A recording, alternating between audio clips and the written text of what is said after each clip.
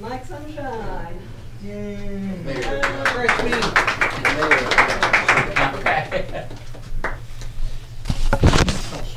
You're covering the microphone. I'm a former Army officer and retired State Department diplomat, and I write very, very short pieces about people I know and places I've been. My first piece is called Aziz. Iraqi Major General Aziz Noor Sawadi was the Corps commander in Babel Province when informed on April 25, 2014, the Prime Minister would call him that evening about the 2,000 militia who had arrived in the general's area earlier in the day. The Prime Minister ordered Aziz to use the militias against the Sunni population, telling him they know what to do. Article 9(1)(b) of the Iraqi Constitution strictly forbids the Iraqi armed forces to command militias. Aziz refused the presidential order. 24 hours later, he fled his native country, leaving his career and possessions behind. He arrived in the United States almost 4 years ago to ask for asylum. His family remains in hiding. When asked what motivated him to make the decision, he said, "I refuse to get my hands dirty, carrying out an illegal order to take action against innocents." The general hopes to have an asylum hearing this year. In the meantime, the man who commanded 30,000 troops in Iraq works as an unarmed security guard in Washington, D.C. This next piece is called Memorial Day. Bagram, Afghanistan may be the busiest military airfield in the world. Day and night, the nonstop noise of screaming jets mixes with the sounds of whirling helicopters. However, at precisely 1600, Sunday, March 20th, 2011, the airfield was silent. Aircraft grounded. Flight crews stood still. On the tarmac, the honor guard of 50 hatless soldiers stood in attention in two perfect lines behind the open ramp of the C-130 aircraft.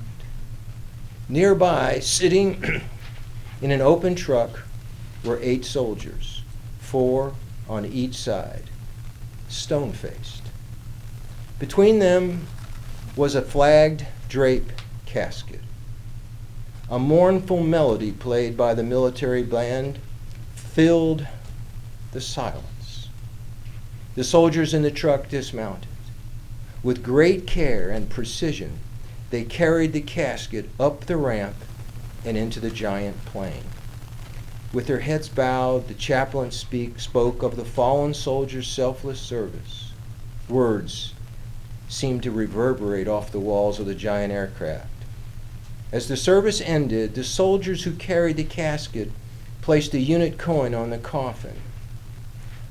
When I left the ceremony, I remembered at a forward operating base seeing the faded photo of another fallen U.S. soldier with the inscription, "All give some, and some give all."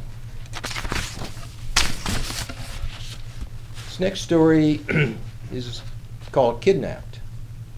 My partner on this mission into Israel is a former U.S. Army captain who played football at West Point. The Israeli liaison traveling with us is a petite 19-year-old corporal from England who after high school signed up for 2 years in the Israeli Army. Standing less than 5 feet and weighing 100 pounds, she's quite the contrast to my burly partner. The corporal is a quick thinker with a terrific sense of humor. The three of us quickly bonded. The Israeli border is well protected by permanent Army compounds, roving patrols, outposts, and checkpoints. The liaison always sits next to the driver so Israeli troops can quickly identify us as friendly. Today the door on her side of the vehicle is jammed and she's sitting next to me in the back seat. Suddenly, we encounter a newly established Israeli checkpoint. Our unmarked armored vehicle immediately gets the attention of the Israeli soldiers. They are looking through our tinted windshield for the liaison. All they see, however, is my partner behind the steering wheel. They wave us down.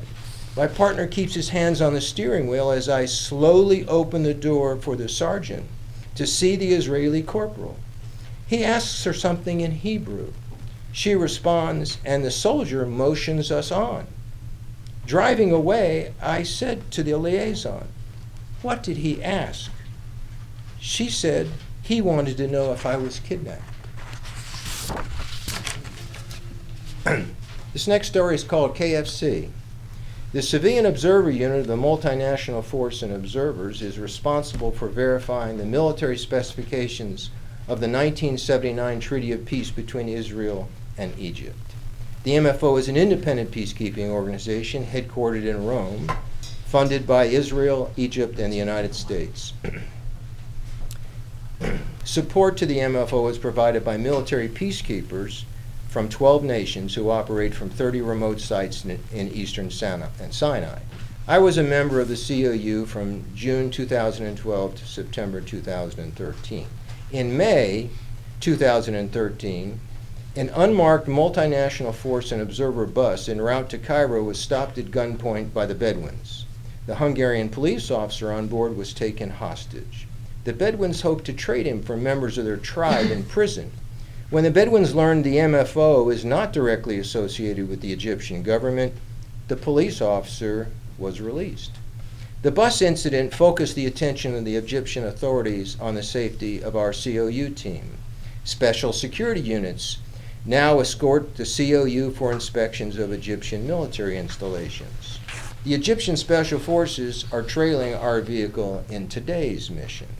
They are unaware of our route and surround our vehicle with weapons ready whenever we stop. At day's end, our 3-member COU team wants to thank the Special Forces for their professional efforts. The city of El Arish has the only Kentucky Fried Chicken in Sinai. Normally, we race through El Arish, which is home to a number of terrorist groups and the scene of numerous clashes between militants and Egyptian forces. Our plan is to park close to the entrance of KFC, keep the engine running, while my partners dash in to buy whatever's ready. Not knowing the purpose, the Special Forces immediately surround our vehicle and the KFC. Fearing violence, people on the streets quickly disappear. When my colleagues emerge with buckets of chicken, they see the deserted streets and the Special Forces in position and expect the worst is about to happen. Glancing at my grin tells them otherwise. The Special Forces, they're just doing their job. By the way, the chicken was a big hit with the Special Forces. My last story is 13 years. In 1975, Vietnamese Second Lieutenant Duong was assigned to the Vietnamese 3rd Division in Quang Tri Province, formerly held by the 101st. On March 30th, the North Vietnamese Army was advancing on Da Nang, and Hugh discovered the division commander had fled. When the 8,000 Vietnamese troops of the division found out the commander had fled, they abandoned their posts and in a rout went south. Hugh headed to his family in Saigon, now Ho Chi Minh City. On May 30th, after a futile effort by the South Vietnamese to defend Saigon, the city fell to the NVA. The next day, Saigon radio announced all former South Vietnamese officers and officials were to report for re-education. From June 1975 to February 1988, Hugh was imprisoned in 13 re-education camps. To survive, the prisoners had to build their camps and grow their food. Rats and roaches supplemented their meager diets. If it moved, Hugh ate it. Escape was impossible. There was no place to go. The entire country was in the hands of the North Vietnamese. In one camp, Hugh helped to organize a revolt and spent 6 months in solitary confinement in a 6-foot cell. By 1985, a hint of capitalism was spreading to the camps. Hugh's camp commander said the prisoners could build furniture for sale to local villagers in return for food. The experiment turned out to be a huge success for the communists. Then, quite suddenly, in February 1988, Hugh was summoned to the camp commander, who said he would be released the next day under one condition. He had to name someone in the camp who did not believe in the communist way. Hugh could not sleep that night. He knew many of his fellow captives did not believe in communism, but his freedom depended on turning someone in. The next morning, Hugh named a communist guard who was secretly selling furniture made by prisoners and keeping the money. Hugh was released. In 1989, Hugh, with 2 former prisoners, escaped to Malaysia. He came to America in 1992 and lives in Atlanta with the woman who waited 13 years for him. Thank you.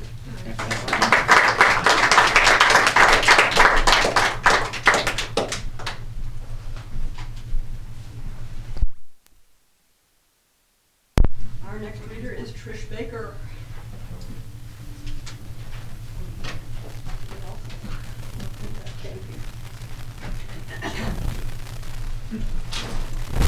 Well, I'm attempting to do historical fiction, and this is my 3rd attempt, or my 3rd in a series. The first one is set, all of them are set in Burke County, North Carolina, and they are centered around actual historical figures as well as some fictional stories about my actual family who lived there at the time. 1780 focused on the history of the coming of the Over Mountain Men. 1784 was the founding of Morganton. We had won the war, but we had no president yet, so that was an interesting time historically. This one is also 1784, a little bit later in the year, and in this one, the history that I will get to, you won't hear much about it tonight, is the concept of slavery and freedom and a relationship with the law that was a little bit unique in 1784. This is from the point of view of Joseph Cooper, who is a teenager. Ham biscuits. The tempting smell coming out of the hamper beside me was nothing less than salted ham and Mama's buttered biscuits.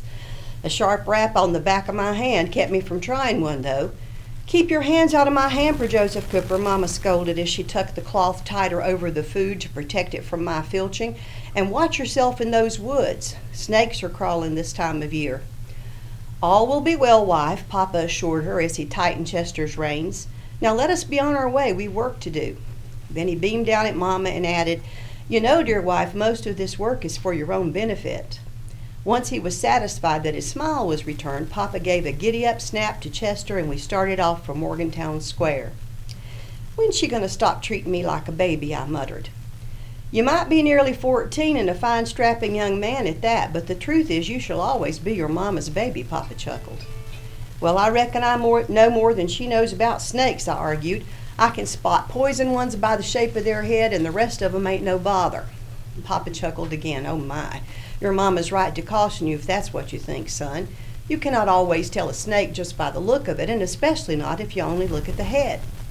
To avoid an argument, I choked back my reply. Instead, I chose to keep quiet and study the woods for deer sign.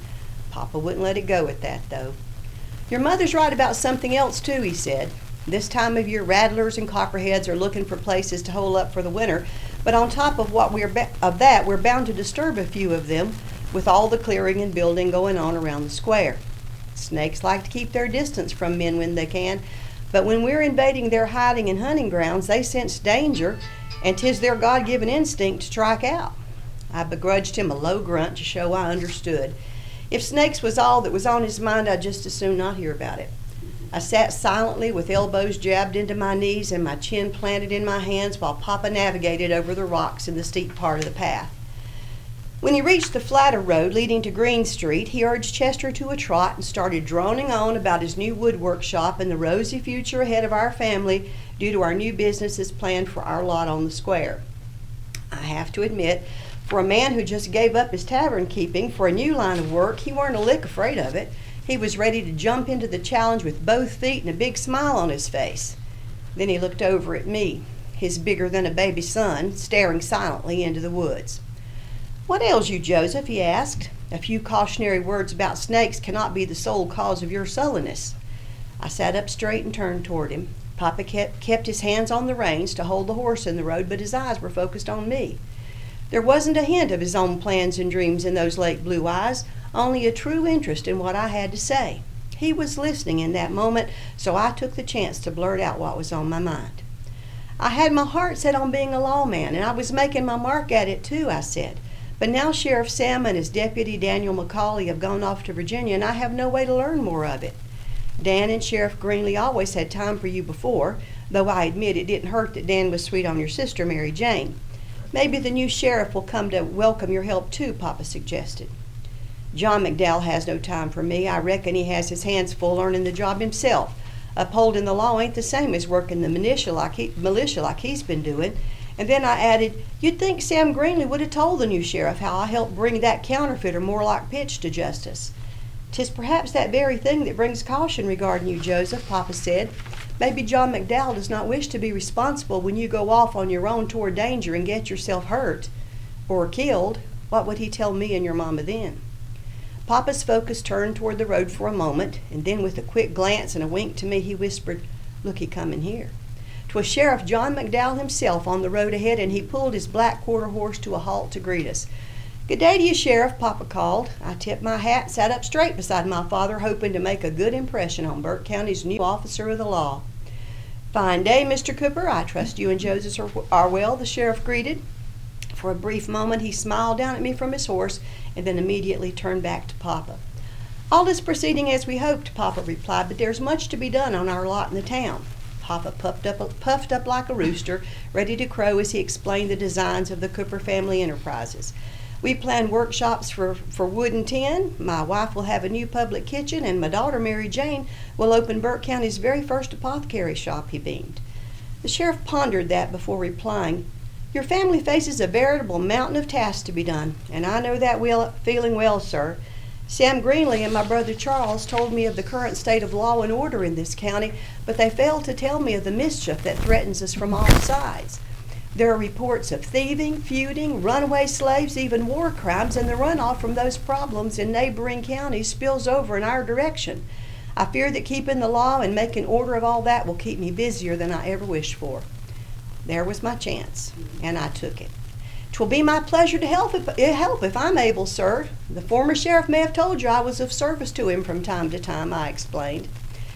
"I thank you kindly for that offer, young Joseph," the sheriff replied. "Sam Greenlee passed on a few stories about your adventures, and the McDowell family has always trusted in the able assistance of the Coopers of Freedom Tavern." With that, his focus returned to Papa once more. "I won't keep you from your work, Mr. Cooper, but when you find the time, I have a matter of some concern to discuss with you. Will you find me at the courthouse later today?" the sheriff asked. "As you wish, sir," Papa replied. "Is there trouble afoot?" "Just a bit of old bother, sir," John McDowell replied. He glanced toward me and lowered his voice before he said more. "'Tis the accusations threatened by those men who stayed at your tavern. They claim you allowed gambling, and we shall need to address that. I'll meet with you in town before noon, if it suits, sir." And with the tip of his hat toward my father, and with not so much as a nod in my direction, he snapped the reins and continued on his way. Papa's smile was replaced by a grimace as he studied over the sheriff's meaning. "'Tis hard to believe Silas Oldham and those Warren boys mean to bring us trouble after all we did for them," he muttered. He said no more about it and urged Chester onward. Soon we were busy at work on our lot, and just as Mama warned, over the course of the morning our labors did indeed uncover a few snakes. Unfortunately, they was not the only trouble that come creeping from the shadows up toward the light of Morgantown Square on that day. Around noon I walked with Papa up to the courthouse so as he could meet with Sheriff McDowell. I planted myself on the porch where I nibbled at one of Mama's ham biscuits. From there I had a view of all the work going on and how fast things were changing in Morgantown. 'Twas only the past July when Colonel McDowell made his speech about life, liberty, and the pursuit of happiness. On that day, all you could see from Morgantown Square was forest in every direction, and a few roads slithering into the woods. But now, with the trees coming down, I could see the top of High Peak Ridge in the southeast. There, mountain lions and hawks probably stared back, wondering what in the world was happening on the town hill. About the time I polished off the last crumb of my biscuit, Papa and the sheriff came out on the porch, still deep in their conversation. "I thought this was settled when the counterfeiters were caught, Sheriff," Papa argued. "'Tis not the same matter, Mr. Cooper, although there is some connection. I'm sure we can sort it out, but you may need to appear in court anyway," the sheriff replied. The two of them said friendly enough farewells and parted company. Papa dusted the worries off his face and joined me by the porch railing. "I bet if we sat right here, everybody in Burke County would come by sooner or later," I said. "Not everyone comes to town," Papa replied. "I know of folks back in the far reaches of the county who'd never venture this far. Well, everybody I ever knew I've seen in this town at least once. Who else could there be? I asked. They're the same as animals in the forest. You don't see them until they have a good reason to come out, he argued. But people don't hide out like animals, I countered. Some of them do, he replied.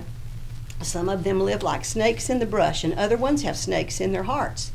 I reckoned he had Silas Oldham in mind. Look yonder, I said, pointing down the road toward a rider urging his mule in our direction. Who's that fella?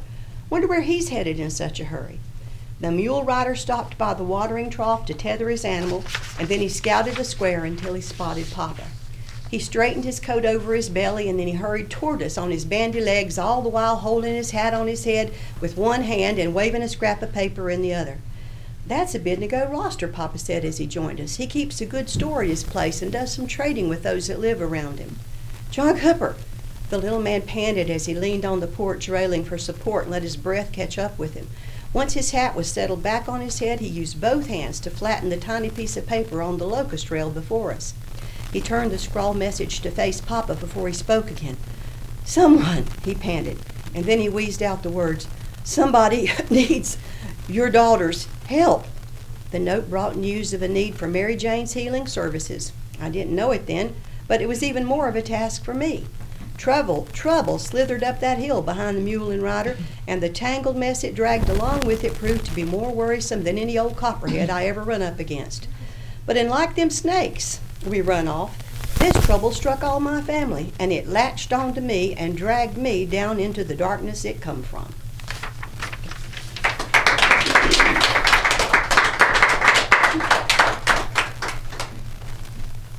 Thank you, ma'am. Our next reader is Matt Nelson. Yay!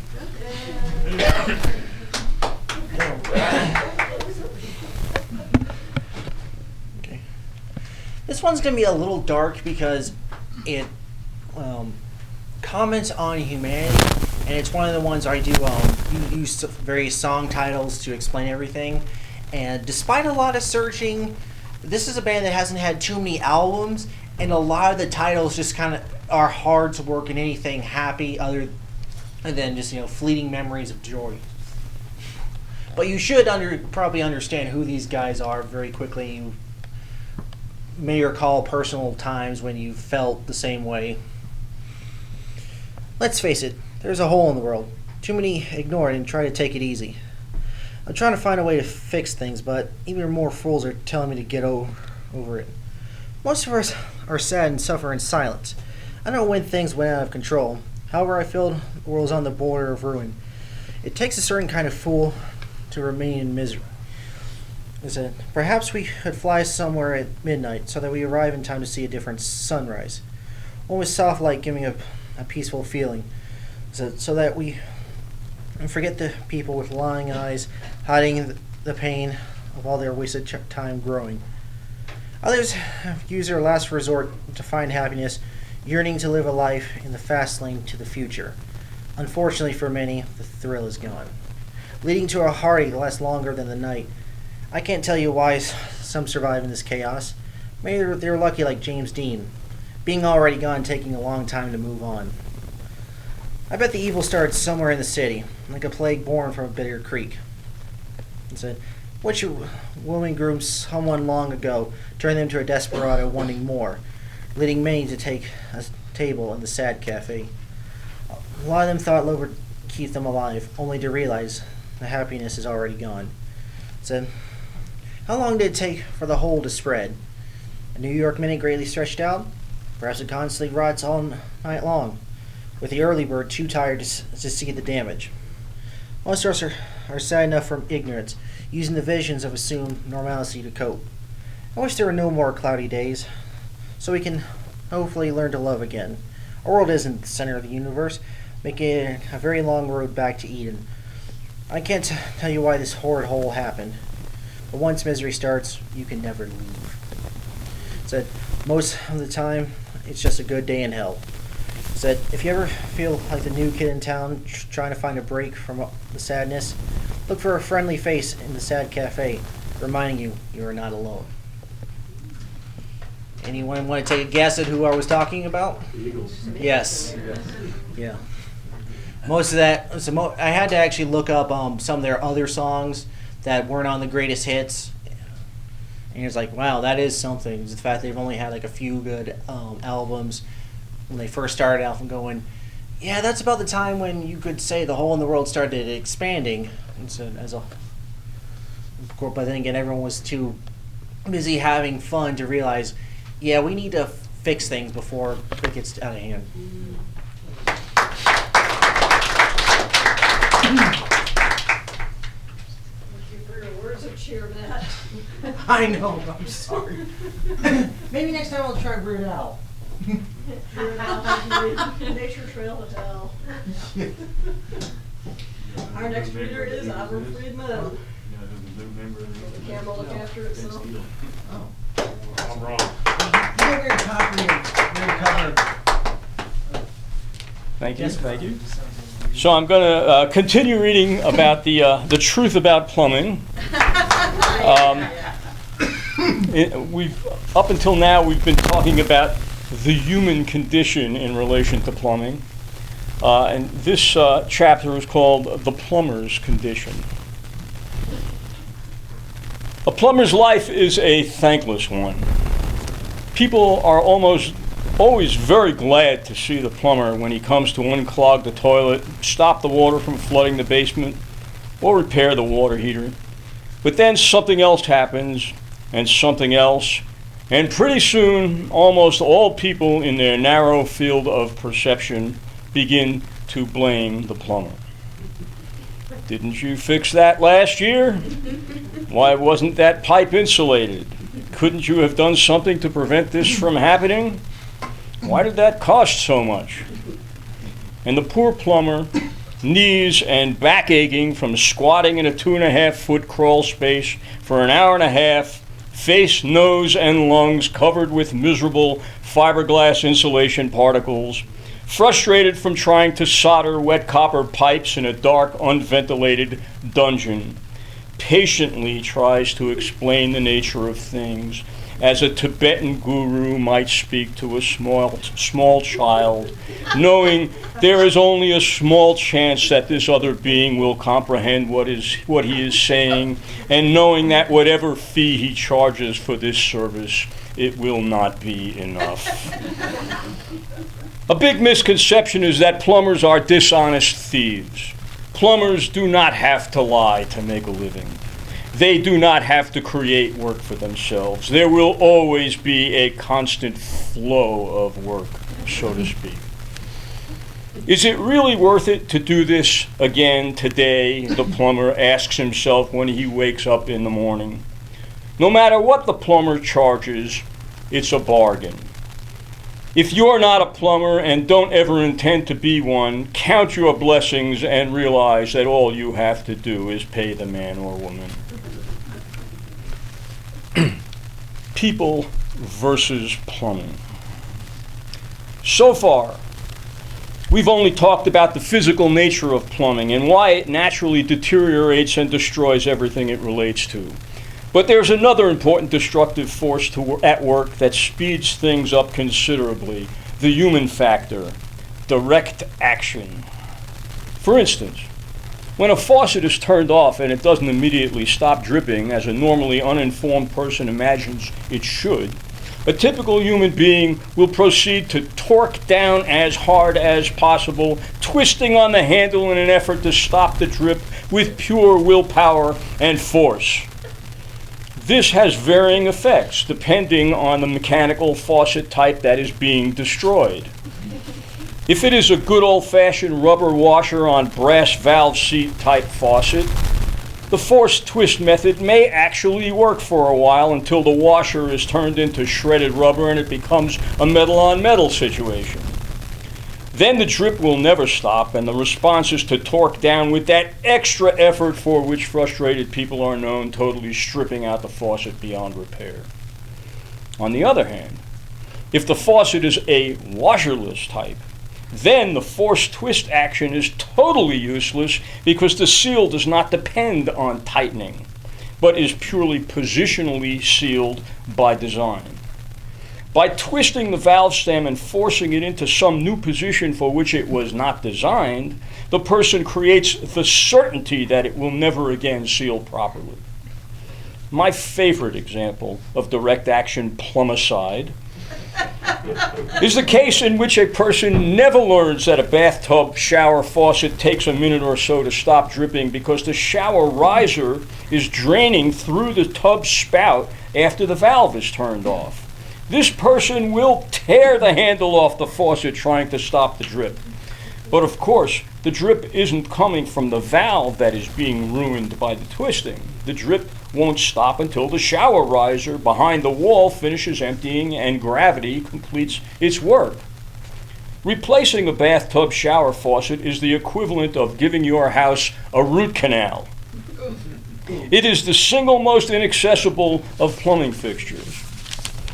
I don't mean to be cruel in laughing at the misery of people who are suffering from this condition, but it is, after all, a sort of Zen cosmic joke being played on humankind, and release is sometimes necessary. Becoming a plumber.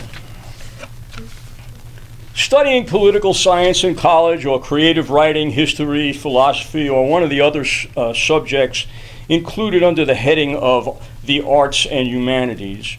This is the path taken by many who eventually learn to squeeze, climb, bend, and twist their way through life, wielding pipe wrenches, propane torch, and PVC glue, while wearing leather gloves, dust masks, and safety goggles for as long as can be endured. There are only so many academic positions available on the market, and in varying degrees depending on the current state of the economy, those who are not in the upper echelons of either talent or family connections will find themselves at the end of their college careers with a piece of paper in their hands, testifying to their years of study, but little else to help in the struggle for survival in this world. Rarely does a person want to grow up to be a plumber. It's not as the result of an ambition that these unfortunates have arrived at this livelihood. It's only through a process of life trials and errors, attempt after failed attempt to do something more creative, more contributive to the intellectual evolution of humanity, more fulfilling to the mind, body, and soul, that these poor defeated creatures finally succumb, frustrated in all high-minded endeavors to be condemned to a life of fixing leaky pipes and unclogging drains. This is not to say that being a plumber isn't an honorable profession. There is no question that it fills a desperate need.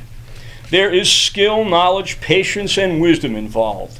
And yes, honor plus $2.50 will buy a premium cup of coffee at the neighborhood bakery. But if you're a plumber, you will at least have the money for such simple pleasures in between each new miserable challenge. You and your tools will live to see another day as the rent or mortgage gets paid, the perpetual truck maintenance is performed, the children are fed, clothed, and with school supplies, and the marriage remains intact, assuming you have an understanding and down-to-earth spouse. This is certain because everyone alive needs water and always will.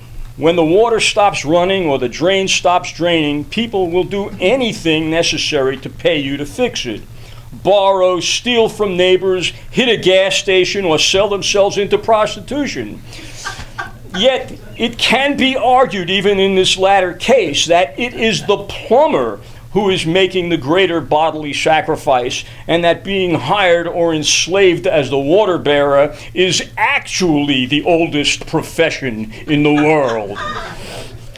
There is no compromising with the need for water. It is life or death. As a plumber, you are recession-proof and will always be financially secure, as long as you avoid litigation. I think I'll stop there.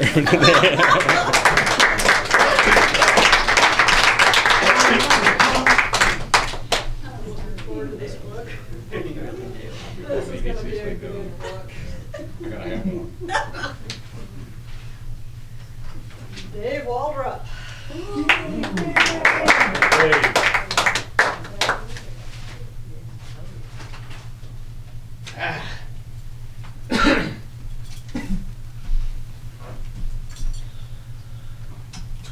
I had some stuff written that I could have brought, but I decided to bring this. I can't believe what I got last week You in got the a light on in mail. your pocket.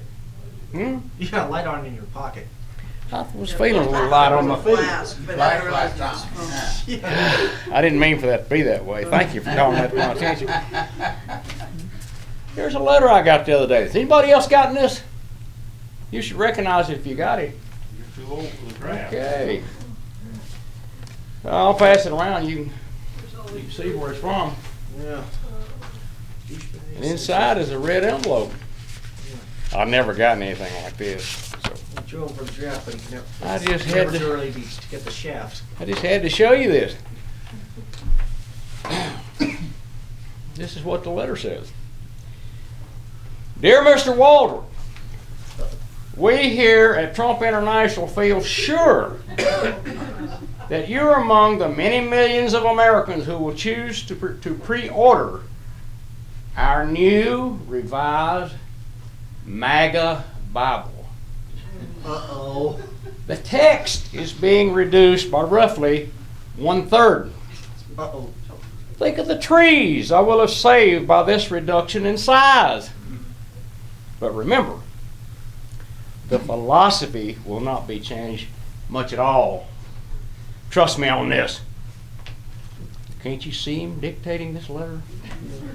In recent discussions with prominent faith leaders from across America in the White House, we were praised for our monumental achievement for all of humanity. Please take a look at the attached portion of Jesus' Sermon on the Mount and marvel at how we kept the faith while at the same time making it so much easier for you to read and understand. Oh, God. I know you will cherish this latest effort by Trump International to bring people together and show them the light needed to carry out better lives. Simply return your order by mail, call the number provided, or log on to our website to order your MAGA Bible now. Make your $500 check out to the Trump Foundation. Proceeds will immediately flow to other Trump humanitarian projects. Sincerely, I am the most sincere person you will ever meet. Don. Oh, God. Here, you got to hand it to this guy. He boiled the Bible down. This is just verses 3 through 11. New Trump version. Oh, Blasted are the poor. Blasted are those that mourn. Blasted are the meek. Blasted are those who hunger and thirst. Blasted are the merciful. Blasted are the pure in heart. Blasted are the peacemakers. Blasted are those who are persecuted. Most of all, blasted are all who disagree with me, because I know what is best for everyone.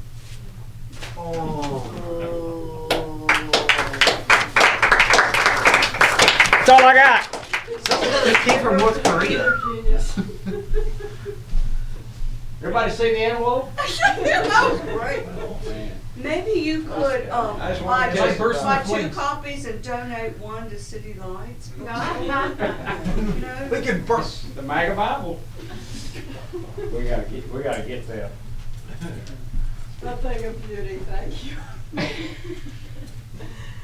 Our next reader is Tom Baker. I'm gonna have to quit following you. You're hard acting. From Trump to Vietnam. A little leavening. That's it. That was awesome. All right. Now, in order to sort of please Catherine, I have ventured into what I think is kind of sort of poetry. Okay. All right. I even won some money down at the paper mill loud, so it must have had something going. Yeah. All right. Things I have seen. As we wander through life, we see many things, some memorable, some not so much. But they all shape us in ways we often don't understand until we get older. I have seen the rainy mist blow through a deep forested cove late in the evening, and I could hear my ancestors' voice riding on the wind, calling from the glen. I have seen a full autumn moon rise behind Mount Pisgah as I rode my bicycle past Richland Balsam, appearing as if the tower was pressed against her breast. I have seen men curl up in a fetal position and cry for their mothers when the shit got heavy. I have seen a young hatching bird as it pecked its way to freedom with pieces of shell falling at its feet. I have seen my father beat my older brother with a leather belt until blood ran down his back in small trickles. I have seen the vacant stare of death in the eyes of young American soldiers as they lay on the floor of my chopper while empty shell casings poured from my M60 and fell amongst them as we tore from a hot LZ. I've seen a slight tremble in the hand of a young woman as she reached for my naked body. I've seen the wrinkled faces of my children as they came bloody into this world and into my heart. I have seen absolute fear mixed with confusion in the eyes of two VC we found as we hunted in a free kill zone, the rounds from my M60 chasing them across a rice paddy. Sometimes late at night I can still see their faces as my rounds tore into their bodies. I have seen a huge yellow rattlesnake break from its love-making stance and come after me like a cobra swaying to a flute. I have seen the beginning of the 1,000-yard stare on the faces of young paratroopers as they sat across from me in the belly of a dimly lit aircraft waiting for the order, stand in the door. The jump door appearing like a portal into hell with the roar of the engines blasting our ears and the wind like an invisible hand trying to drag us out into the night. I have seen the rare mountain black panther pad its way across the road in front of me, its black fur shining like a polished night. I have seen and almost rubbed noses with a newborn fawn as it lay cuddled at the base of a mountain oak while its mother snorted her warning and stomped her hooves just feet away. I have seen blood from wounded white soldiers mixed with blood from wounded black soldiers and drip off the edge of my chopper into the night, appearing the same color. I have seen the grateful faces of soldiers as I pulled them into my chopper, even though AK rounds cracked in the air around us. I've seen the smiling faces of soldiers as they knelt to kiss the ground of America after they exited from the Freedom Bird. Now on that thought, I came up with this little piece the other night. It's short.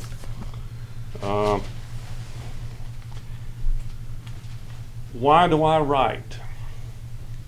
I have asked myself that question many times, and if the truth be known, so have many of you.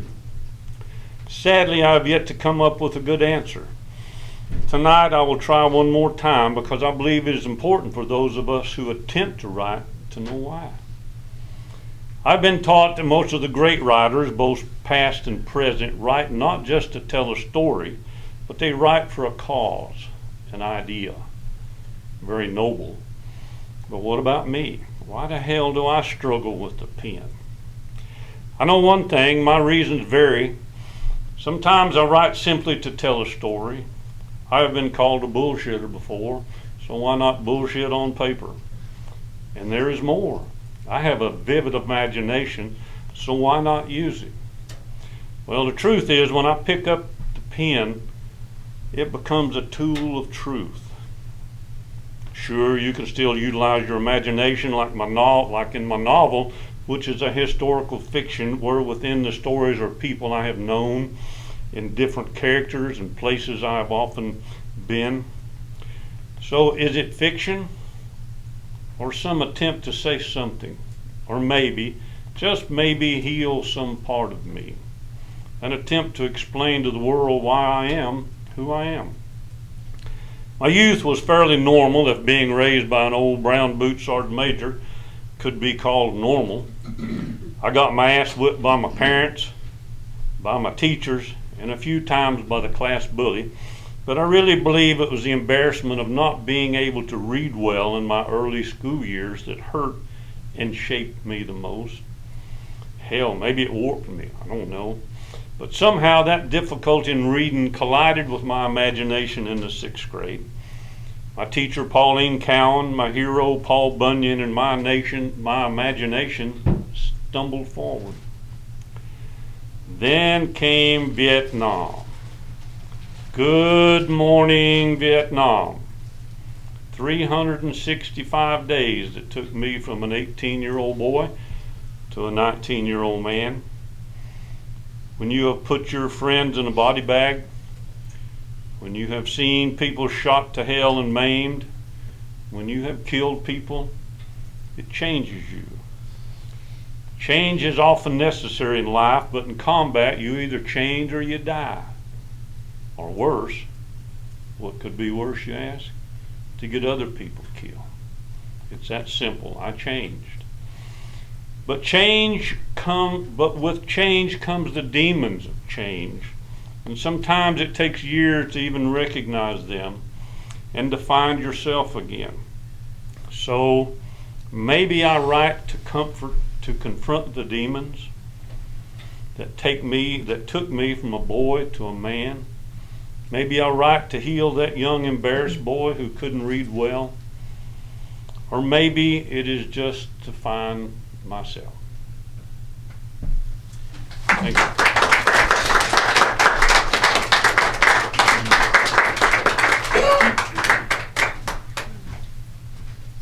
Thank you, Tom. Our next reader, I believe, is Gary Cardin, who has a birthday Where is he? tomorrow.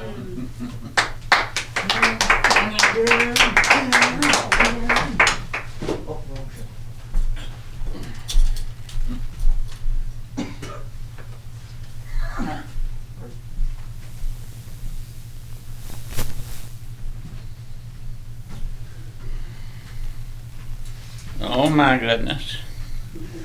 That was a pregnant pause there.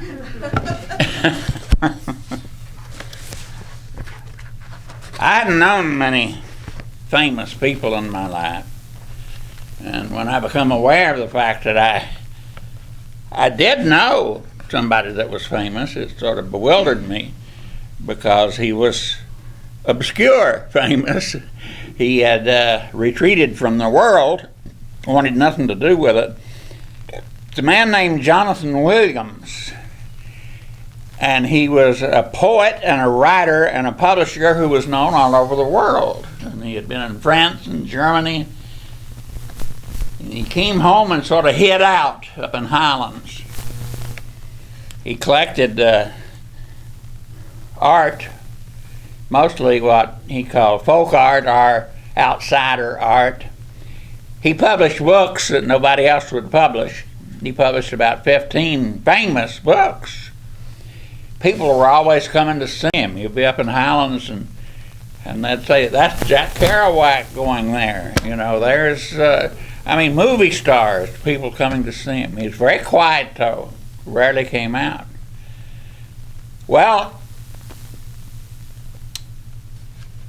I went to hear him read a couple of times, and I spoke to him and he spoke back, and it sort of stunned me. I knew a famous person who would speak to me. I heard him read over in Asheville. I heard him read in Black Mountain. The long and short of this is that he began to send me little notes and he'd write me letters. And I treasured them because, my gosh, famous guy. I need to put this up.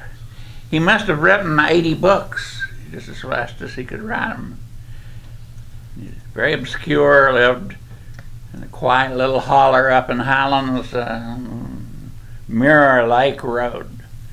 Well, he died suddenly and unexpectedly, and I felt compelled to say something. I knew a famous person, and so I wanted to tell people a little bit about him, since people didn't seem to know a great deal. So I wrote a little tribute to him, like obituary, what little I knew about him and all of the famous things that he had done. Let me read you this, and then I'll tell you something else that is relevant. It's called The Bard of Scaly Mountain. And if you know where Scaly is, most of you do, if you're going from here to Highlands, it's a pretty rugged mountain on the right-hand side just as you go into Highlands. While I was surfing the internet last week, I stumbled on this notice. Jonathan Williams, poet, dead at 79. For a moment I attempted to absorb the fact that tall, courtly Jonathan was gone. And then I immediately recalled my most cherished memory of the Bard of Scaly Mountain. Over a decade ago, when I was bemoaning the approach of my 64th year, tomorrow I'm celebrating my 83rd, so there's been quite a lot of change. Anyway, I thought that I was terribly old and aged then. It was my 64th birthday, and two of my friends asked me, "Well, what do you want for your natal day, Gary?" At the time, I was reading The Air in Bartram's Tree, which is one of Jonathan Williams' books that just bewildered me. I would read it, and then I'd just turn over and start reading it again because I couldn't figure out what it was about. And I said, well, I want Jonathan Williams for my birthday. My friends laughed, and I went back to my book. But a few days later, when I drove up to Mirror Lake Road in Highlands, I went for my birthday dinner. And I was ushered into a dining room that was lit by candles. And there were only two chairs at the table.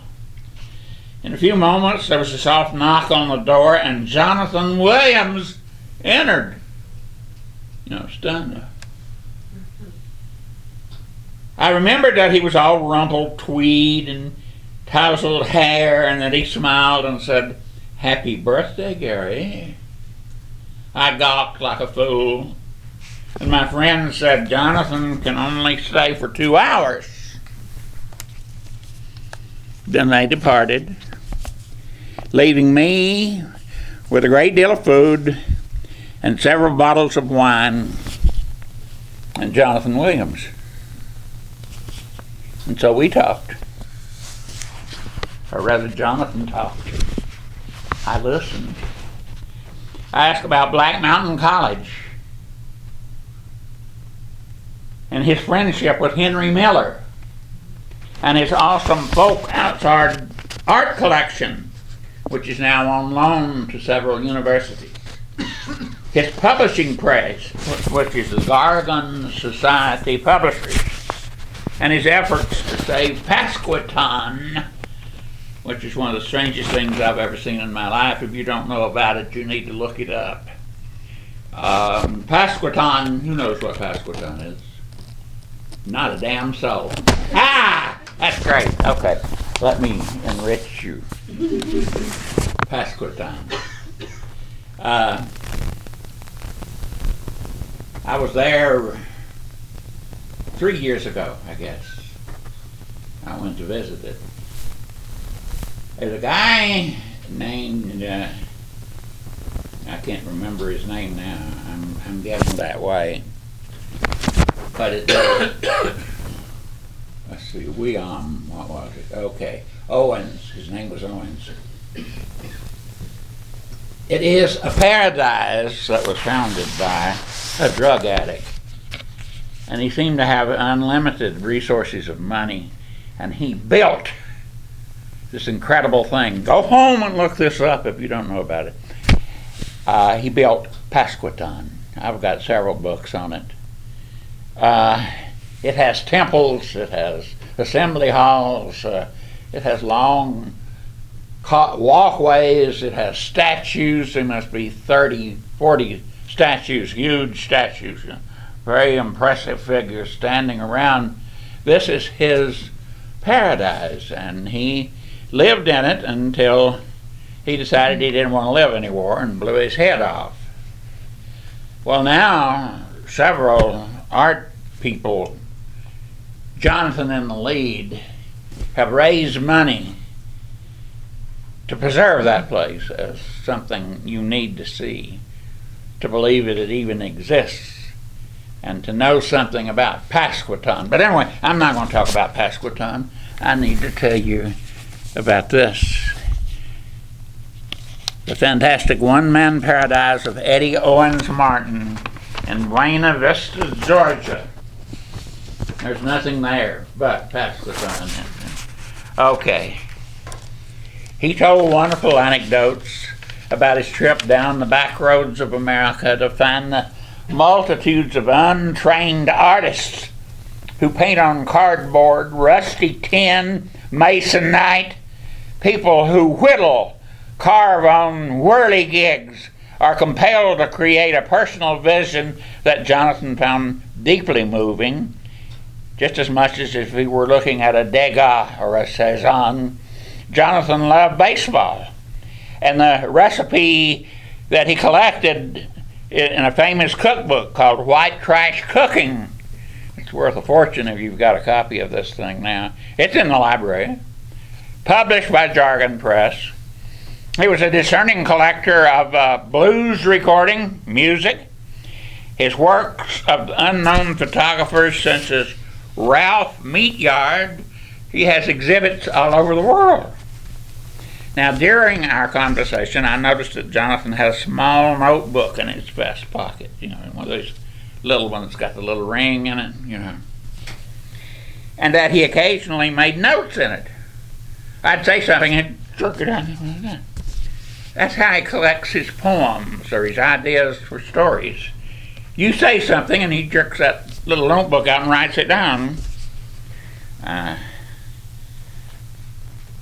He liked my comment about falling in love with a folk singer named Hetty West, which I did, and I was fascinated by her and hopelessly in love because she didn't shave her legs. And he says, pardon, Gary. And I says, no, all the girls were lacquered at Western. She alone had hairy legs. And it just made me tremble and shake when I looked at her. I thought she was the sexiest thing I'd ever seen. They got out, you know, and he has a poem now about loving a woman with hairy legs. Of course, I knew that he sometimes converted a chance remark that he heard in a barber shop or a garage. Like he drove into a garage and the mechanic looked under the hood and he come back and he says, Mr. Williams, your points are blue and your time is off a week from Thursday. Jonathan. That was a poem. That's what he called a found poem. He has hundreds of them. You know, people just unwittingly say these things to him and he writes them down. Several years after our conversation, I heard Jonathan read his poems in Asheville, and I was flattered to find that a note I had written him, he transferred it into a poem and put it in a volume of poetry. It went something like this. I was reading Bartram's Tree in the coffee shop. Title of the poem is Report from Gary Carden at the coffee shop in Sylva. A friend approached me as I sat reading. What you reading, Gary? That's a local friend. Jonathan Williams, I said, and I held the book up. Oh, the funny feller. I said, no, you're thinking Winters. He says, damn straight, it got down to 12 last night. That is now a poem collected by Jonathan Williams. Shucks. He's a wonderful man. But anyway, after that night on Miro Lake, we maintained an uncertain correspondence. Jonathan seemed resigned to both his own obscurity and the decline of all that was fine and good in America. He said we were living in the latter days and we were going to hell, just as fast as we could. He despised most modern poetry. He felt that theater had died with Tennessee Williams. And although he continued to publish his own poetry, he seemed to devote the majority of his efforts to calling attention to the works of other people. Occasionally he would venture out for a reading, and he often acted as a commentator for exhibits of his own folk art. He must have had 500 pieces of art.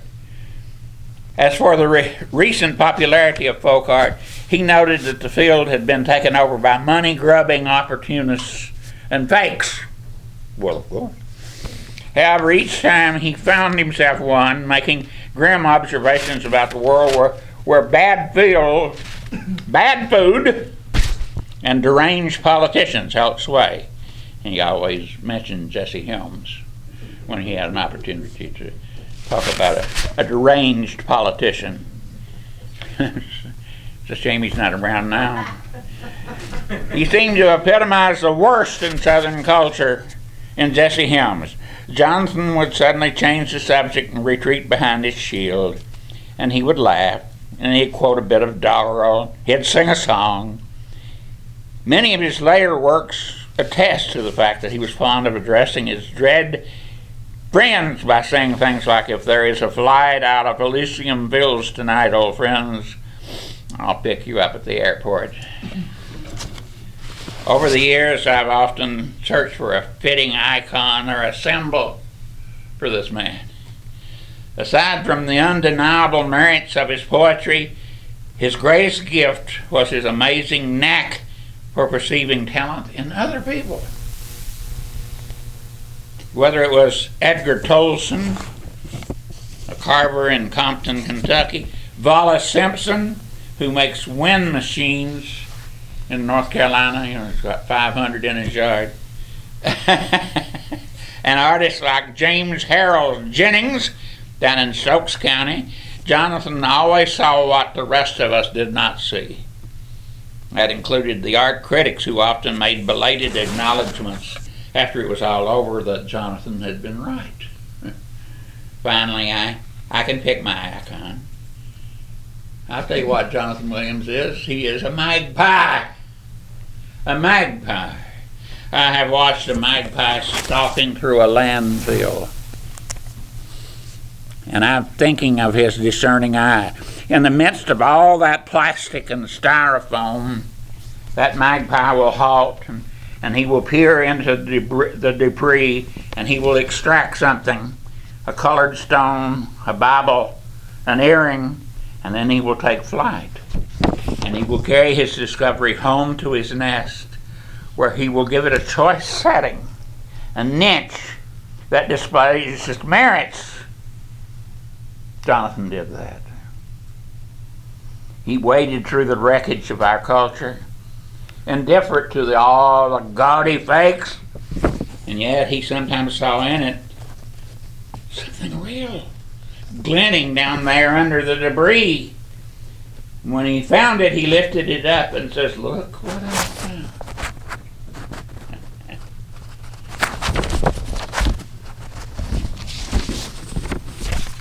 I just have one sentence here, and that's the end of it.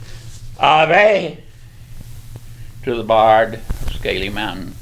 Of course, Ave is what they used to say, and God bless. Best tidings to the bard. Now, let me add to that.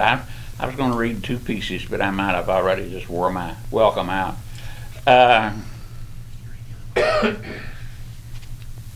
Jonathan's been dead 3 years. This man Jeffrey Beam has devoted the last 3 years of his life gathering all of the material he could find about Jonathan Williams. It is about to be published. It will be published in London, the United States, San Francisco, Chicago, and every one of these places they will hold a meeting very much like this one, where people will come and pay tribute to Jonathan Williams. They will be coming to the City Lights. What's the date? June? I think so. Yeah, I can't remember. They'll be coming in June, and they will bring this book, Jonathan Williams, The Lord of Orchards. This is a collection of all of the comments about Jonathan, and all of his writings are in here, or descriptions of his writings. It's an awesome collection. And as you can see, good Lord, this book's going to cost $40, I think, $35 or so. I'm in it.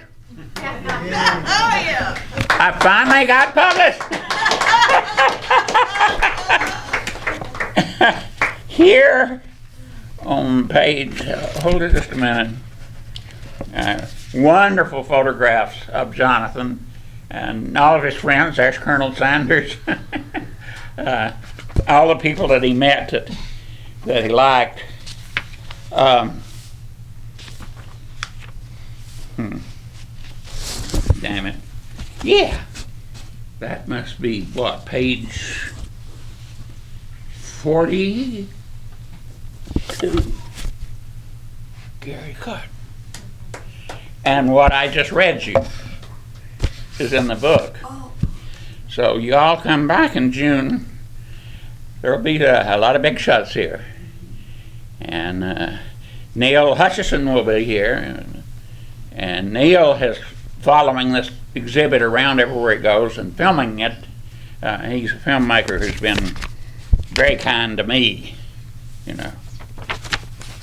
Okay, I can't stand it. I mean, I might die next week and I wouldn't have got to read this to you, so I'm going to read my other piece. Those of you who know, I'm on Facebook, and I have a Facebook page, and I write on that Facebook page. Little short pieces, short stories, descriptive things, you know. The majority of them are terrible, but every now and then I mess around and do something worthwhile. And recently I've been having very vivid dreams, which they say is characteristic of elderly folk who are getting ready to shut down for good. They start having vivid dreams. One of the dreams I've been having, and this is the result of one of them. This is called Dreams and Aging. I'm beginning to remember details from my life that I lost, but here they are back. You know, I'm 83, and suddenly there they are, vivid. I don't know where they came from. For those who do not know, my father was murdered when I was 2.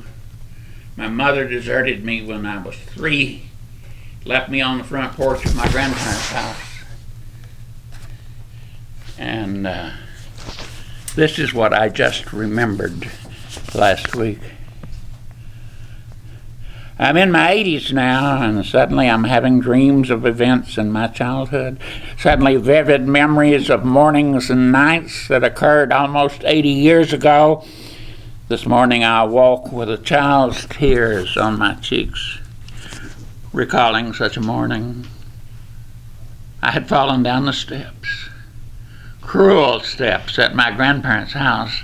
I was badly skinned and bruised, and my grandmother is tending me with a washcloth and a bottle of mercurochrome. Stand still, Garnale. It'll stop burning in a minute. Now, why do you keep doing this? Falling down the steps. Do you do it on purpose? No, Grandma. You can stop calling me Grandma, Garnale. What should I call you, Grandma? Well, you might as well call me Mama since your real mama's gone and she won't be coming back. Where did she go? Lord knows, honey. Now, you need to put some clothes on. Later that night, when we all were all in bed, me in an adjoining room, my grandparents discussed me. "He keeps falling down them steps," said my grandmother.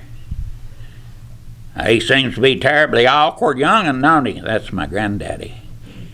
"Do you think he does it on purpose?" "Maybe. He stands out there sometimes and stares off in the distance till he gets dizzy and then he falls down. It's downright queer." "You think he takes after his mother's people?" "Some of them have ended up in Morganton, you know." "Well, he's sure different. He seems to be looking for his mother, Irene. He asks me a dozen times, 'Where's Mama?'" Well, ain't we all looking for her? And then my grandfather rolled over on his stomach and began quoting his nightly mantra, which helped him go to sleep. He loved the names of cow feed and fertilizer, found them soothing, and Lespedise, he was Jerusalem Oak Seed, he was that's Jerusalem Oak Seed. Mesopotamia, he loved that word. Quanta le gusta. If it was a long, complicated word, he liked it, and he would write it down, and he would add it to what he said that made him sleepy. Not long after this, I woke one morning knowing exactly where I was going and why. The night before, just before he went to sleep, my grandfather told my grandmother that my mother was in Knoxville. Now I knew. All I had to do was get there. As soon as it was daylight, I got out of bed and down them mean stone steps and out into that little dirt trail that led to Knoxville. I'd not bothered to put on any clothes. And I raced down the trail on my way to the highway, or as my grandfather would say, naked as a baby bird. And I topped the rise above our neighbor's house where I saw, or I was seen by, Granny Painter. Granny was in her 90s, stricken with rheumatoid arthritis, which meant she could no longer walk. She loved to garden, and now she crawled up and down the rows of tomatoes and beans and peas and sweet corn. She was out weeding early. She was an embarrassment to her family, but stubborn. They watched her every morning as she put on her weeding clothes and crawled out the door. "Leave me alone, children," she said. "I got potato bugs, plus something's eating my tomatoes. Bring me some water about noon." And off she went, just as she snatched a pack saddle. Who knows what a pack saddle is? Ah, good. 2, 3 people, pack saddle. I know what they are, too. She snatched a pack saddle from a green sheath of corn. She saw me. "Land sakes," she said, "a naked young'un. Tally ho, little naked boy, hold up there." I stopped and looked at Granny Painter crawling through the corn. "Hi," I said. "Would you be a cardin' from up the road?" "Yes," I said. "Well, hold on a minute." And she crawled over and took me by my hand. "Now let me and you stand here and talk a bit. I think Agnes will be along directly." Granny Painter patted my hand. She sung a bit of Ringing in the Sheaves. She peered up the road where, yes, she saw my grandmother, red-faced and making a pass at running. "I can't do a thing with him," said my grandmother. "Feisty little feller, ain't he? Where's he think he's going?" "I don't know." "Knoxville," I said. "Oh, Lord God, how did he find that out? He's looking for his mama." And so we trudged back home, my winded grandmother and naked me. Now you listen to me, young'un, you can't go places naked. You hear me? Later there was a night, I don't know why, but I think it was an attempt to find my mother in Knoxville. My grandparents drove across the Great Smokies, and I only remember brief images that night, like crossing a bridge that was very long and had lights over it, and big lights that seemed to bend and peep in the car where I was asleep and awake in snatches. But I know there was a river, and then we stopped. We were in Knoxville, and then we drove endlessly while my grandfather stopped frequently to inquire, and I was exhausted but tried to stay awake. And then we were finally at a house, the one my grandfather had been looking for, and my grandfather was gone for a long time, and in the interim I only remembered that it ended with a lot of loud voices, and then there was a slammed door, and then my grandfather was back, and he was angry, and he said something like, "Son of a bitch, run away." And I looked at my grandmother and I said, "Is my mama in there? It's obvious he don't want this boy." I says, "Is my mama in there?" Nobody answered me. And so we came home, back through the bright lights and the long bridge and me asking unanswerable questions. The next day I slept late and my grandmother told me to get up and eat breakfast. "There's everything you like in here," said my grandmother. "Big old biscuits, grape jelly, and some butter." I knew something was final now.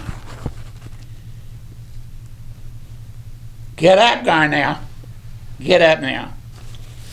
"Yes, Mama," I said. "Yes, Mama."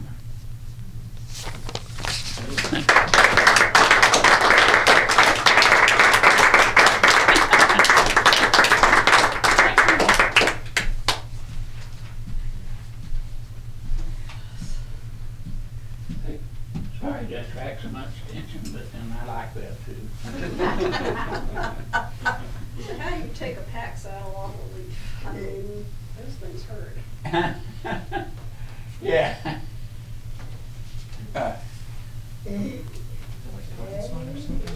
Now, It's a stinging caterpillar, and it is a fish. I mean, there is nothing like it. Our next reader is Henry Hoche.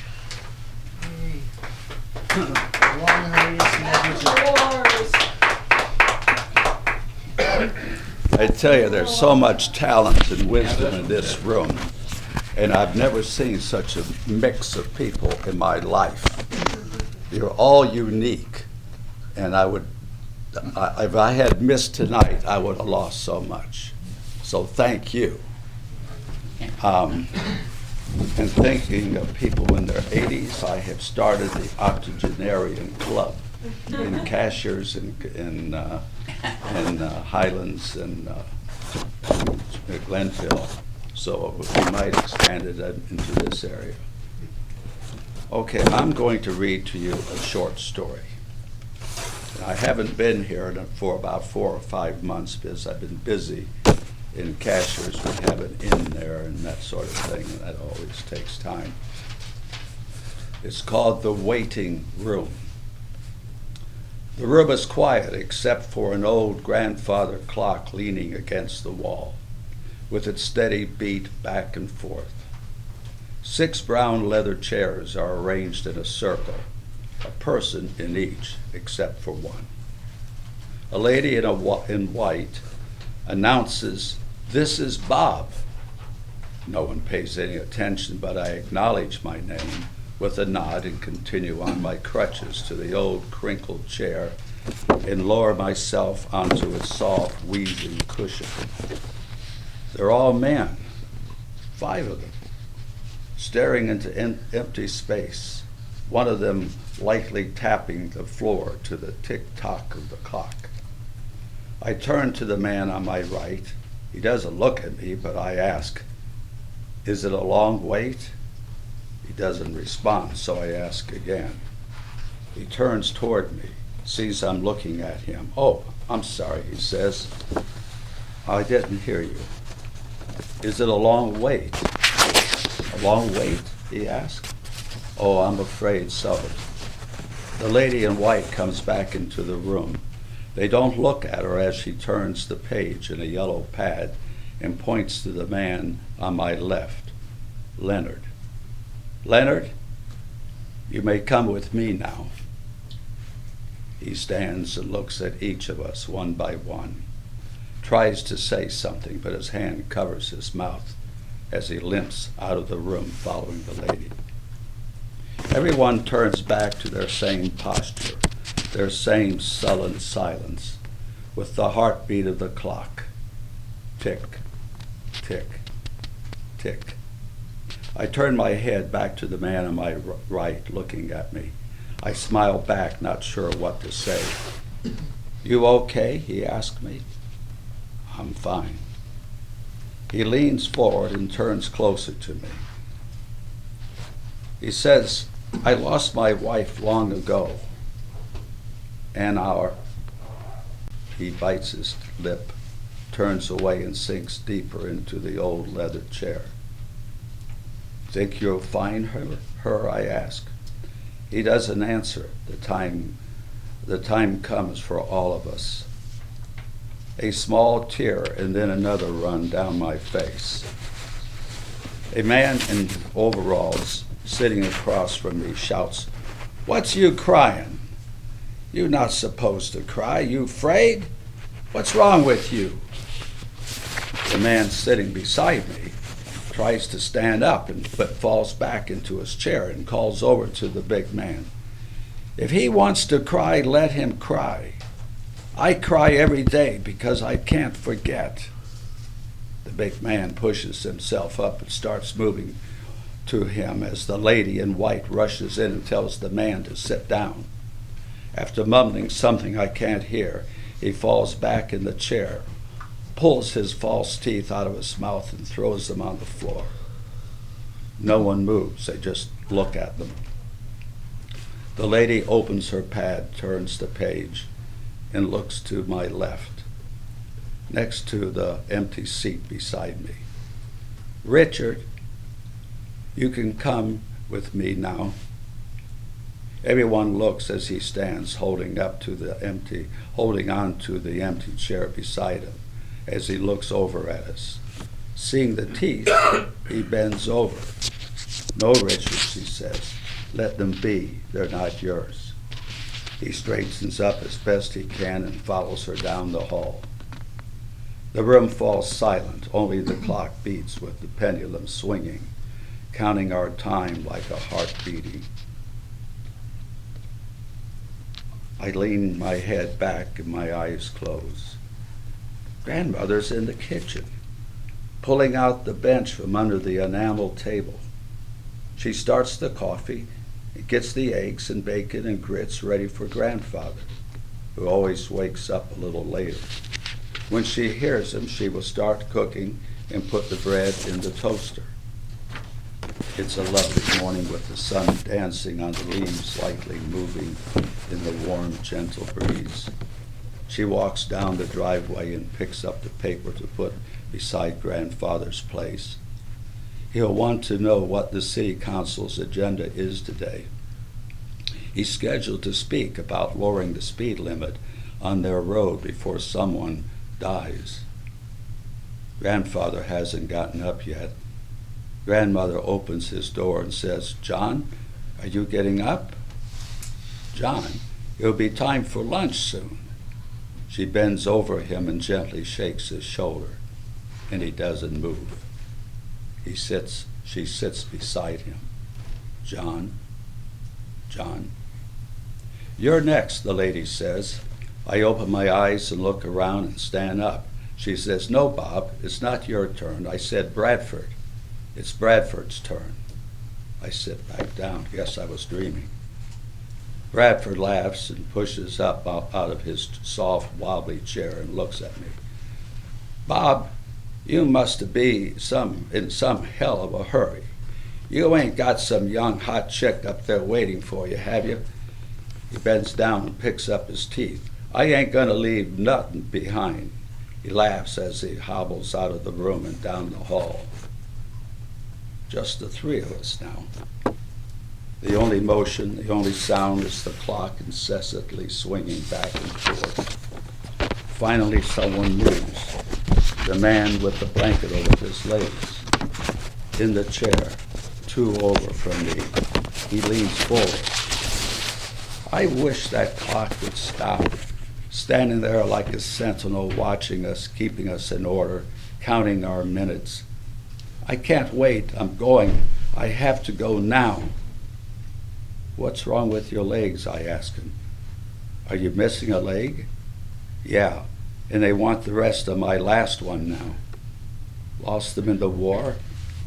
I ask. No, they didn't want me because I was diabetic. They knew I would lose my legs. I'm half blind, lost 40 pounds, my kidneys are failing, I have to pee all the time, and I want to see my wife. Where are you going to see her? She died last night in the hospital, bone cancer. Told her I'd wait for her to go. I'd catch up, I said. Our daughter called, said mother just passed. I had my gun ready at my side. Then she said she'd be right over. So I said, well, okay. I couldn't let her see me like that, not where her mother and I held each other every night. So that's why I'm in a hurry.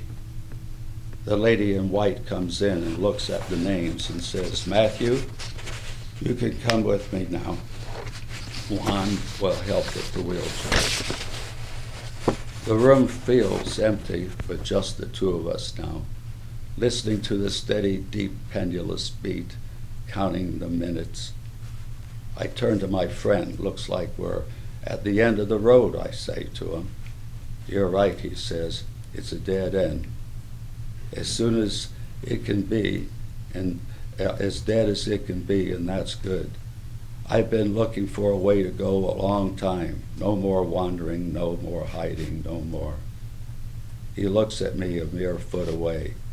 I see into his tight, squinted eyes deep sorrow and misery. What do you see? He asked. I see swirling dark clouds opening up, letting the light through to fields of flowers and birds and pure running water and music that lifts the soul. There's bad and there's good in all of us, but let the good prevail. The man closes his eyes. One night long ago, he says, I was running for office. I came home late after midnight because I was in bed with one of my campaign workers. My wife's not happy, but I proceed to put my pajamas on and get into bed. She yells at me and takes the revolver out of the dresser and shoots me in the chest. Our 2 sons, 6 and 8, come running to see their mother shoot herself in the head. The 2 boys scream and kneel beside her, screaming, Mommy, Mommy, Mommy. He bows his head and keeps his eyes shut to the world and cries as I put my arm around him and ask, oh God, be kind to him. The old man raises his head, still shaking.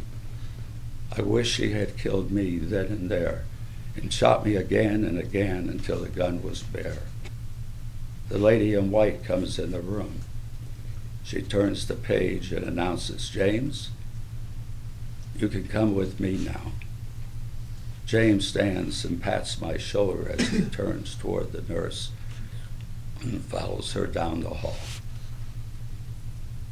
When the lady comes back to the waiting room for Bob, he's not there. His crutches lean against his chair with a note. Thank you for letting me find myself.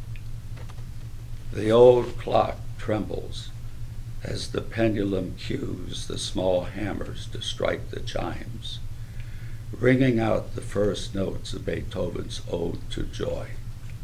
as the mighty hammer for the gong readies to strike one. Thank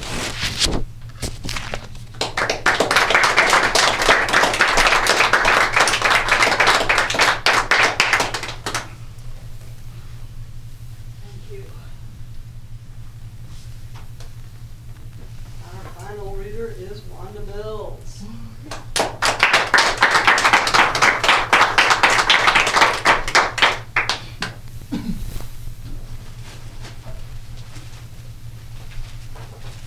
Matthew, you're not going to read?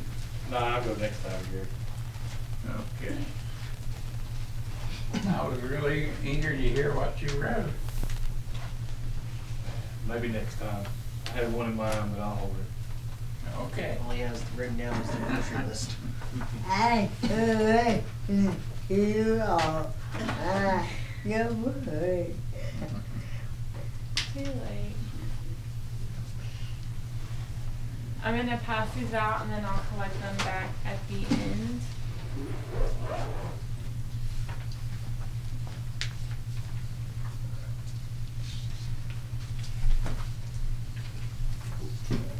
Thank you. Huh?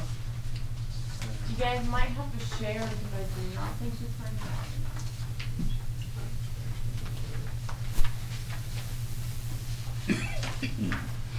No, sure.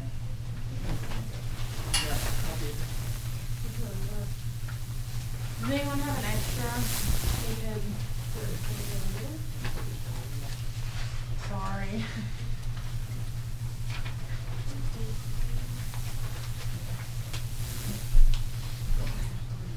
This is a little bit long, so just bear with me. I may take a break. What for you when 9/11 happened? It was a beautiful, clear September morning, and Jordan rode down to the Amtrak station in Greenville, South Carolina. We had taken a couple of Amtrak trips that we were comfortable with the train routine.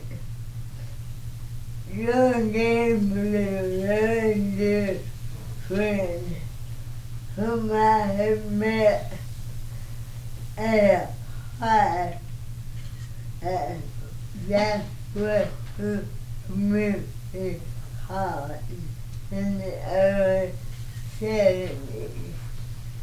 She had moved away and we had lost touch. A mutual friend invited both of us to a meeting, and our friendship was renewed.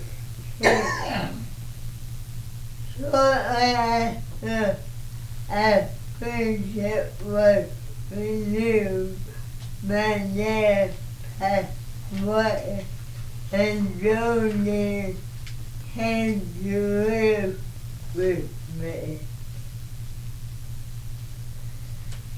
She had to travel and had taken several buses to the different practices in the town. One of my low life was to travel. Jay and I had young questions with my sister Nelda, brother Long John, and my niece Courtney Sarah. One of my favorite places to go was Moon Beach. and big trip became an annual trip until the Lord went to college.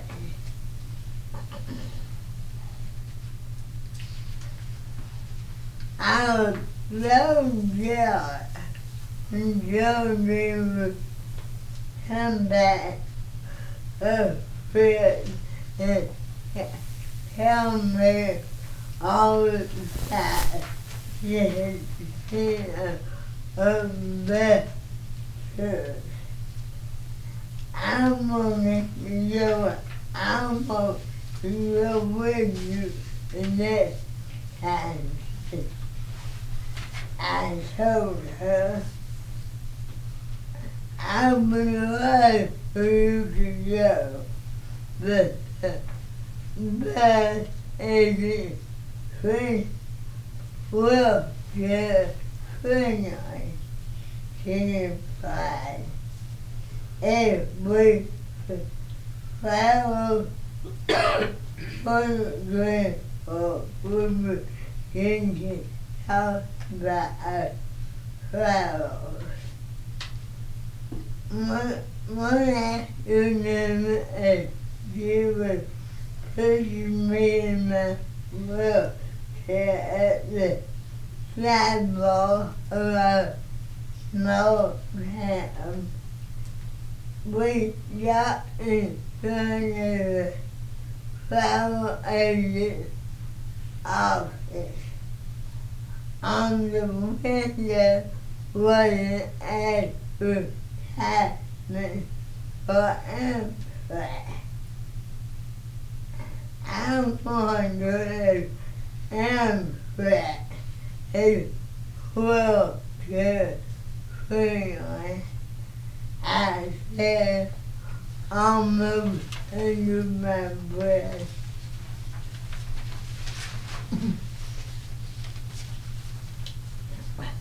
I was one way to find out. Jordan replied, pushing me through the door of the agency.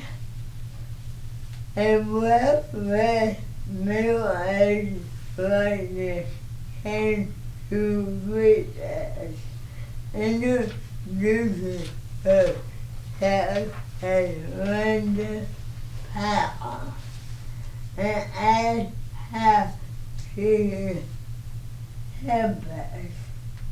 We could introduce ourselves and explain we both enjoyed traveling. However, a lot of the modes of travel were not well accessible. Our first question was, are the Amtrak cars accessible? She assured us if we made a reservation in advance, we would get an accessible car with a portable ramp at the entrance. We spent the afternoon getting information on the drive routes of the line. After looking over the scripts, we went back on Monday and booked a 13-day round trip from Louisville, South Carolina to Seattle, Washington. Our first trip led to several very enjoyable trips. Crossing the astronaut, a red cap, and attendant loaded up luggage on the cot while Jordan helped me into my wheelchair. Our apartment was very small. If my chair had been in wire, it would have been impossible for me to maneuver. The apartment had a bunk bed, a small bath, and a blue table next to a huge window. We really enjoyed seeing the scenery and I played flower on to Washington Day.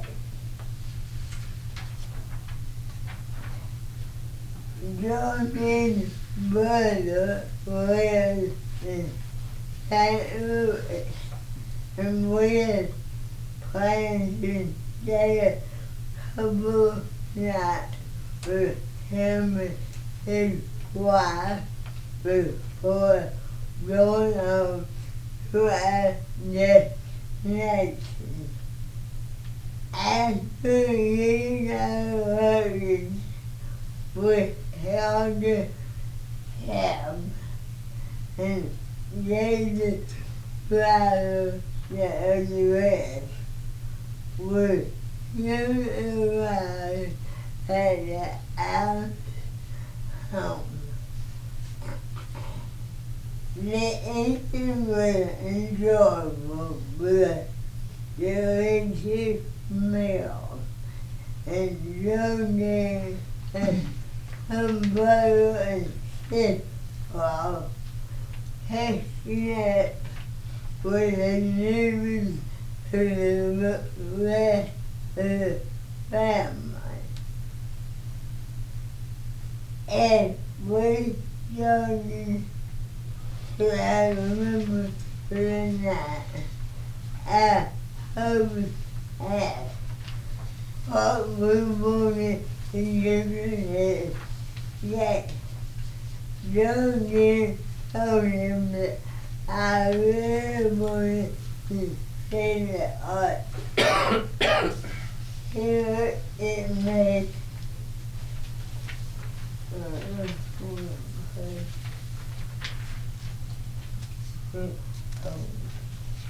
and here it means that by all means that would be first on our agenda.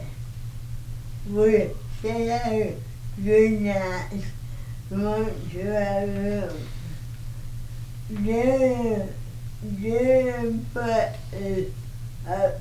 egg, sausage, biscuit, and gravy. There were a lot of talk of childhood memories. Some of we were on our way to the city. I hope we can find a handicap parking out of the north. Turning into the RG parking lot. And even inside the parking lot, we were all made to say that there wasn't a car parked in the lot. This is a holiday at midnight hour. Now I can reflect that was feeling on. At that moment, a put pet on the window. What was the window that out? What is the handicap part? What happened with father? Happened, but why? Man, what are you doing? We are at war. Find a Hitler with terror in New York, and many were killed and many others hurt. We all sat there shocked. I began to cry. If the war was going to blow up, I'm going to be able to clap Mr.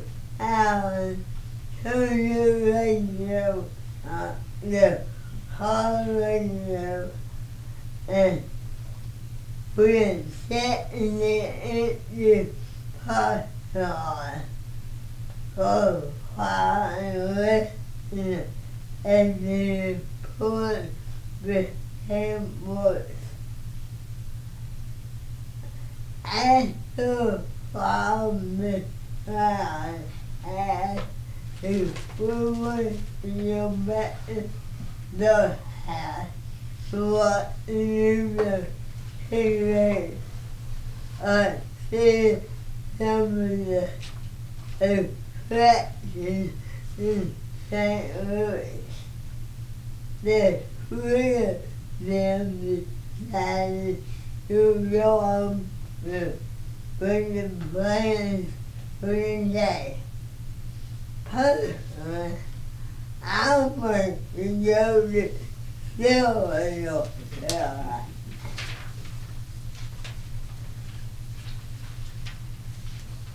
And we were the city, which was very interesting. And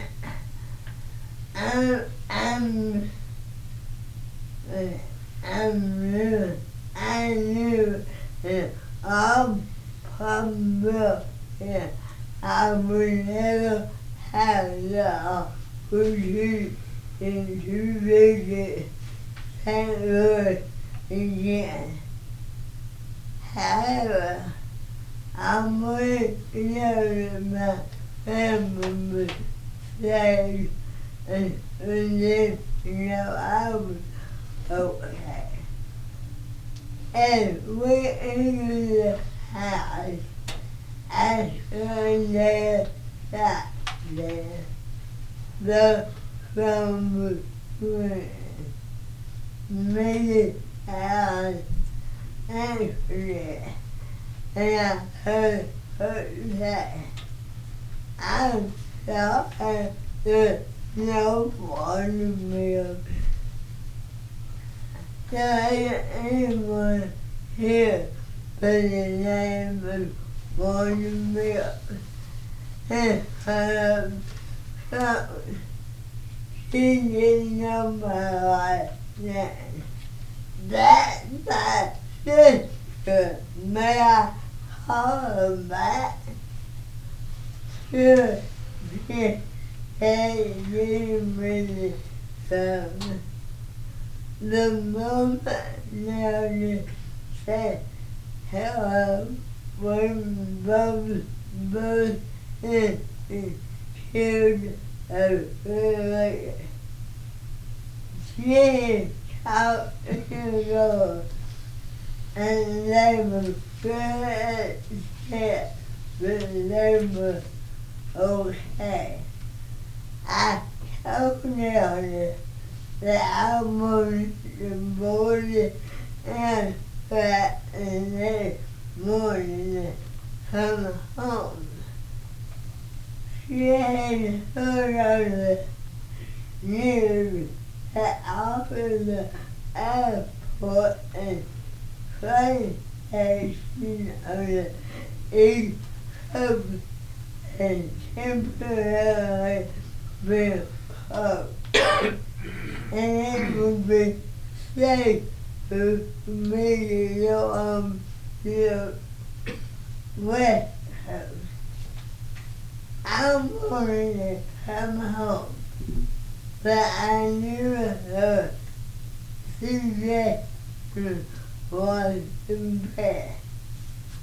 We promised to call it every night, and after every other 10 times that we loved each other, I heard the sound.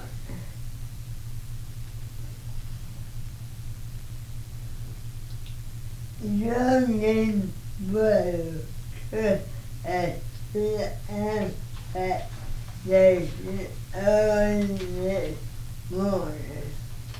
We thank him for letting us spend 2 nights with him. We boarded our next flight into Chicago.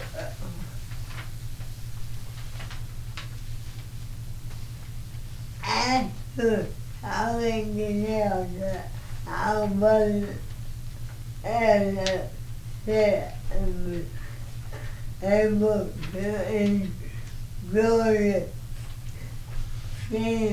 as we traveled. Arriving in Chicago, we had a 5-hour layover. We left about 8 in small cafe near the station. Then we decided to go to walk around the city. Jogging, pushing me in my chair. We would go and shop some flowers and taking the shot of the windy city. I never thought the sky had ever been as blue as it was that day. This thought came to me as we entered a beautiful ancient chapel. The entire United States was in a state of turmoil. But Jordan and I were walking the streets of one of the largest cities in America, safe and happy. The rest of our trip to Seattle and back home was very enjoyable and safe as Georgina had bored us surroundings at each stop on our way. I'm sure everyone remembers the exact place that was when the news was announced that the Twin Towers had been hit. Even though our country has many problems, I think everyone will agree God has and does bless the USA.